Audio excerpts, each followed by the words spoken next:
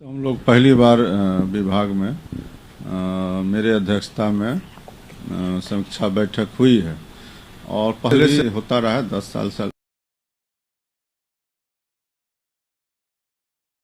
तो लगातार इस पर काम चल ही रहा है। बहुत सारे काम हुए भी हैं, लेकिन जो माननीय पूर्व मुख्यमंत्री जी का सोच था पूर्ण शराबबंदी, वो पूर्णतः लागू नहीं हो पाया। कहीं न कहीं बड़े मात्रा में देसी विदेशी शराब अभी भी पकड़े जाते हैं, तो उसमें और ज़्यादा तेज़ी आवे उसके लिए हम लोग समीक्षा बैठक किए हैं। और एक चीज़ उसमें सामने आया, एक तो हम लोग रेलवे के अधिकारी को भी बुलाए थे, एयरपोर्ट के भी अथॉरिटी को बुलाए थे, एसएसबी के भी आईजी आए हुए थे, रेल के भी आईजी आए हुए थे और मद्य निषेध के भी डीआईजी आए हुए थे। तो हम लोग विभाग में ये निर्णय लिए हैं कि हम लोग मुख्य डीजीपी को हम लोग इसका एक पत्र लिखेंगे और उनसे हम लोग अनुरोध करेंगे कि आप जो विधि व्यवस्था का समीक्षा बैठक करते हैं प्रदेश भर का, उसमें मद्य निषेध को भी शामिल कीजिए।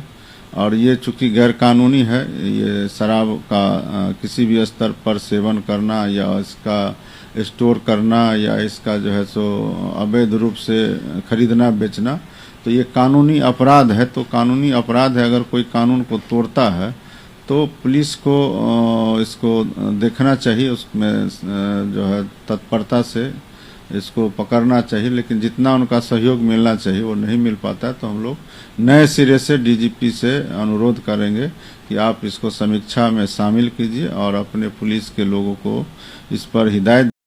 मद्य निषेध मंत्री मदन सहनी बहुत ही सुलझे हुए नेता हैं, इनको आप सुन रहे थे। लेकिन सबसे बड़ी बात यह है कि ये आज खुद स्वीकार कर चुके हैं कि बिहार में शराबबंदी फेल है। कैसे फेल है, इन्होंने यह भी कह दिया। लेकिन सबसे बड़ा जो प्रश्न उठता है वो अब ये उठता है कि 60 दिनों का कार्यकाल सम्राट चौधरी का निकल चुका है। मतलब 60 दिन बिहार के मुख्यमंत्री और बिहार के गृह मंत्री वो खुद बोल रहे थे कि 60 दिन हो चुका है, तो और कितना वक्त दिया जाए। क्योंकि अब ये जो शराबबंदी का मसला है ना, ये अब जाकर लटका है कहां कि सम्राट चौधरी जो कि पहले खुद कहते थे, यानी वो भी स्वीकार कर लिए थे, अब वो जो स्वीकार किए थे उस पे कब आएंगे। मतलब बिहार में अगर शराबबंदी फेल है, 10 साल के नीतीश कुमार का कार्यकाल शराबबंदी, और लगभग अगर आप देखेंगे तो मद्य निषेध विभाग भी जेडीयू के पास ही रहा है लगभग। इससे पहले रत्नेश सदा के पास था, और उससे पहले ये जो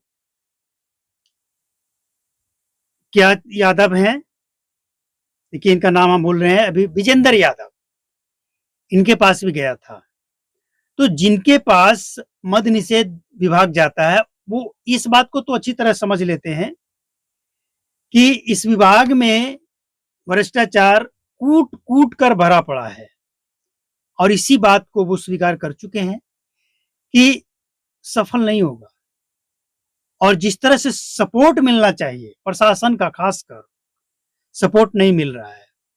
तो भाई अगर सपोर्ट नहीं मिल रहा है, तो जब नीतीश कुमार बिहार के मुख्यमंत्री थे, गृह मंत्री थे, और नीतीश कुमार के पार्टी के अंदर ही मद्य निषेध विभाग भी था, मतलब सब कुछ जेडीयू के पास ही था, और 10 साल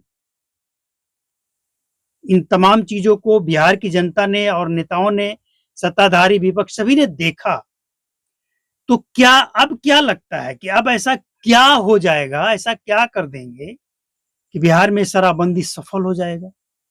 मतलब कोई उम्मीद लगता है। इनके बयान से तो लगता है कि ये हताश और निराश हैं, और ये खुलकर बोल रहे हैं। मदन सहनी के इस बात से आप एग्री करेंगे, ये खुलकर बोल रहे हैं, स्वीकार कर रहे हैं कि बिहार में शराबबंदी को लेकर जो सपोर्ट प्रशासन के तरफ से मिलना चाहिए था, और एक बात और, पब्लिक की तरफ से भी सपोर्ट नहीं है। लेकिन आप दोष पब्लिक को नहीं दे सकते हैं। कैसे दोष दीजिएगा पब्लिक को? भाई जनता के हाथ में ये थोड़ी है। आप सत्ता में हैं, आपके पास तमाम विभागे हैं, आपके अंदर बिहार का लॉ एंड ऑर्डर है, प्रशासन आपके अंदर है, तो ये देखना, इस पे लगाम लगाना आपकी जिम्मेवारी है। और अगर ये फेल है तो जवाबदेही भी आपकी है। लेकिन सम्राट चौधरी 60 दिन बता दिए कि 60 दिन का कार्यकाल पूरा हो गया, लेकिन अब सवाल ये उठ रहा है कि 60 दिन तो सबने देख लिया, अब आप ही तय कर लीजिए, एक टाइमलाइन दे दीजिए। और देना चाहिए कि बिहार के सम्राट चौधरी, जो कि खुद स्वीकार भी कर चुके हैं, और कितना वक्त चाहिए बिहार में शराबबंदी को सफल बनाने के लिए, कितना वक्त चाहिए? और शराबबंदी की जब बात आती है ना, तो ये सूखा नशा, ड्रग्स, ये बात सदन में भी आवाज उठाया जा चुका है। इस बात को भी अच्छी तरह से लोग जानते हैं, समझते हैं। देखिए, हम तो ये कहेंगे कि बिहार में जितने भी नेता हैं, सत्ताधारी, विपक्ष, सांसद, विधायक, या जितने भी जनप्रतिनिधि हैं, और जितने कर्मचारी हैं, सरकारी कर्मचारी, प्राइवेट कर्मचारी, जितने थाना में तैनात कर्मचारी हैं, अधिकारी हैं, चाहे वो ड्राइवर हो, चौकीदार हो, दरोगा, थाना इंचार्ज, या जो भी बोलते हैं, एचआर, जो भी बोलते हैं, हमें लगता है कि इससे ऊपर एसपी, डीएसपी तक सबको सब कुछ पता है कि बिहार में शराबबंदी फेल है। और सबको यह भी पता है कि शराबबंदी फेल क्यों है। लेकिन मजाल है कि कोई भी इसके बारे में कोई एक शब्द खुलासा कर दे। कुछ दिन पहले एक पुलिस वाला का वीडियो आया था कि हम लोगों के तरफ, मतलब हम लोगों के द्वारा ये कहवाया जाता है, कहा जाता है, जो बड़े अधिकारी हैं, उच्च अधिकारी हैं, वो कहते हैं हम लोगों को करना पड़ता है। 4 लोग पकड़ा गया, 1 को जेल भेजा जाएगा, 3 को छोड़ दिया जाएगा पैसा लेकर।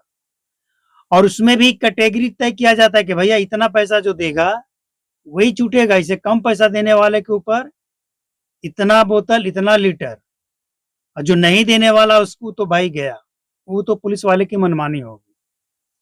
तो सब कुछ देखने सुनने के बाद अब बिहार की जनता अब ये तय कर ले कि क्या सम्राट चौधरी को और वक्त देना चाहिए, या शराबबंदी को लेकर समीक्षा होनी चाहिए। हालांकि समीक्षा होता है, समीक्षा होते रहता है, ऐसा नहीं कि नहीं होता है, लेकिन जो ग्राउंड जीरो की बात है ना, जो सच्चाई है ना, उस पर चर्चा नहीं होता है, कोई बात नहीं होता है। एक बात आपने भी नोटिस किया होगा, अभी बिहार में एक खबर फैली है कि अब कहीं भी न शराब बनेगा न बिकेगा, क्योंकि सम्राट चौधरी सख्त हो गए हैं। और इनका जो कनेक्शन है ना, वो अनुमंडल, थाना, मतलब प्रखंड, सब जगह बिहार के सीएम साहब के जो सीएमओ हैं, उनकी पहुंच है, पकड़ है। तो फिर ये भी पकड़ होगा कि जो सरकारी आवास बनाया गया है नेताओं के लिए, उसके आसपास जो शराब की बोतलें पकड़ी जाती है, पकड़ी गई है, खाली और भरी हुई भी, कहां से आया, कौन लाया? तो ये सब अगर बिहार के सीएम सम्राट चौधरी को पता है, चूंकि वो मुख्यमंत्री भी हैं और गृह मंत्री भी हैं, और फिर भी अगर कार्रवाई नहीं होती है, तो हमें लगता है कि वक्त देने से भी कोई फायदा नहीं है। क्या कर लेंगे आप वक्त लेकर? अगर आपको कार्रवाई करनी है तो शुरू होना चाहिए, वरना ये हाई लेवल की बात है। सॉरी। और एक बात और, बिहार में अब जो सच बोलने वाले लोग हैं, उनके ऊपर एफआईआर दर्ज होना, जेल जाना, भेजना शुरू हो चुका है। प्रिंस कुमार नाम का एक पत्रकार, जो वैशाली के रहने वाले, उनके साथ कुछ ऐसा हुआ है। वो राजनीति के शिकार हो गए, ऐसे चंगुल में उनको फंसाया गया बेवजह। मतलब जो बयान है उसके हिसाब से, बाकी सच्चाई क्या है ये तो जांच के बाद ही पता चलेगा कि आखिर इसमें शामिल कौन कौन लोग हैं। तो सच बोलना भी अब बिहार में गुनाह ही है, लेकिन झूठ बोलकर आखिर कब तक चलेगा? ये वो तमाम बातें हैं जो सम्राट चौधरी को देखना और समझना पड़ेगा कि बिहार की सच्चाई आज यही है। और सरकार में बैठे लोग अगर ये स्वीकार कर चुके हैं तो अब बिना कोई लेकिन किंतु परंतु के, बिना कोई लाग लपेट के आपको हकीकत ग्राउंड जीरो पे आकर देखना पड़ेगा, समझना पड़ेगा कि आखिर अब आपको करना क्या है। बाकी आपकी मर्जी, जो भी करना चाहें।